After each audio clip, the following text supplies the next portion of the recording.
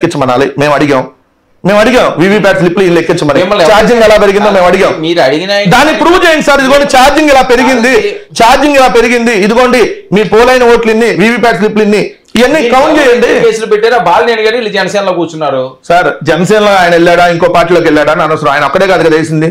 బాలినేని గారితో పాటు మా పార్టీకి సంబంధించిన విజయనగరం ఎంపీ కంటెస్ట్ చేసిన వేశారు. సో మొత్తం మా పార్టీకి సంబంధించిన ముగ్గురు వేశారు. ప్రజాస్వామ్యాన్ని తప్పు పడుతున్నారా? ప్రజాస్వామ్యతంగా ఎలక్షన్ జరగలేదంటున్నా, దానికి కట్టుబడి ఉన్నాం.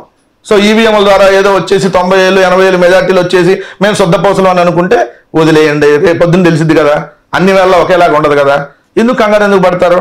మీరన్నది నేను ఆయన్ని రాజకీయ బ్రోకర్ అంటే కేసు పెడతా అంటున్నారు కదా. కేసు పెట్టలేదేంటి? పెడతాను అనడం ఏంటి? పెట్టారు కదా. తెలియదు, నా దగ్గరకైతే ఇంకా రాలా. నా దగ్గరకైతే ఇంకా రాలా. ఈ భాషలోనే అంతకుముందు అయితే ఒక కేసు అయింది. బట్ మీ భాషలోనే వాళ్ళ అండం ఏంటంటే, నాకు తెలిసిన ఇన్ఫర్మేషన్ 1-2 రోజుల్లో వెంకటరెడ్డిని కారుమూని ఎత్తేస్తామని. ఎక్కడికి ఎత్తే చంపేస్తారే? కాదండి, అరెస్ట్ చేయడు. సరేలే, అరెస్ట్ చేయండి సార్, ఏమైంది? మళ్ళీ వస్తాం కదా.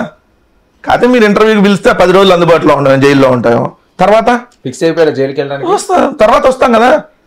ఎల్లకెల్లా జైల్లో ఉన్నాం కదా సార్. 14 రోజులు ఎత్తే 14 రోజులు మళ్ళీ బెయిల్ వస్తుంది కదా. తర్వాత మళ్ళీ వస్తా. ఆ స్టేజ్ ఎందుకు తెచ్చుకోవాలి?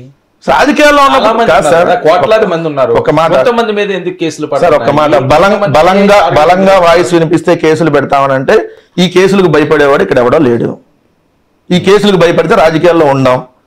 సో ఇట్లాంటి కేసులు చాలా వస్తాయని తెలుసు. రాజకీయాల్లోకి వచ్చినప్పుడే ప్రిపేర్ అయ్యి ఉన్నాం. ఫస్ట్ సోషల్ మీడియా కేసు నా మీద పెట్టారు. ఇప్పుడు కాదు, ఎన్నికల రిజల్ట్ వచ్చినటువంటి వాళ్ళు ప్రమాణ స్వీకారం కూడా చేయలే. ఇంకా చంద్రబాబు నాయుడు గారు ప్రమాణ స్వీకారం చేయకముందే నా మీద ఎఫ్ఐఆర్ పెట్టారు ఒంగోలు పోలీస్ స్టేషన్ లో. అంటే కాదండి, మీరు ఒక్కరే వాయిస్ బాగా మాట్లాడారైనా?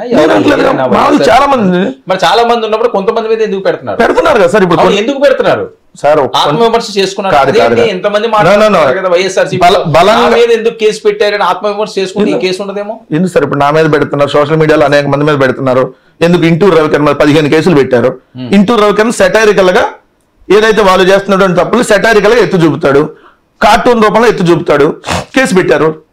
అంటే కార్టూన్ రూపంలో ఎత్తు చూపితే కేసు పెట్టేస్తారా? మరి మీరు బట్టలు లేకుండా కార్టూన్లు వేసినటువంటి ఈ ఛానల్స్ మీద, జగన్మోహన్ రెడ్డి గారిని పట్టుకొని సైకో అన్నటువంటి సైకో వాళ్ళ మీద పెట్టాలి కదా. భారతమ్మ గారి మీద తప్పుడు రాతలు రాసినటువంటి తప్పుడు ఛానల్స్ మీద యాంకర్లుగా కూర్చొని అడ్డం వచ్చినట్టుగా ఇష్టారాజ్యంగా ముఖ్యమంత్రిని పట్టుకొని ఓయ్ అరే సైకో ఒరే సైకో అని మాట్లాడిన యాంకర్ల మీద ఇప్పుడు నేను చెప్పా, కిరాక్ ఆర్పి, సీమరాజా, ఇదిగోండి ఇప్పుడు పాప్కార్న్ మీడియా, వీళ్ళందరినీ వీళ్ళందరి మీద కేసులు పెట్టరా? అంతేందుకండి, ఇప్పుడు డిప్యూటీ సీఎం ఒక్కొక్కరిని తొక్కి నారదీస్తా అంటున్నాడు. ఏమన్నా షాప్ పెట్టాను నారదీయటానికి? నువ్వు ఉప ముఖ్యమంత్రి, ఒక డిగ్నిటీ మెయింటైన్ చేయాలన్నట్టు కనీస జ్ఞానం లేదా? ముఖ్యమంత్రి చంద్రబాబు నాయుడు ఏం మాట్లాడతాడు? ఒక్కొక్కరిని తొక్కి పారా.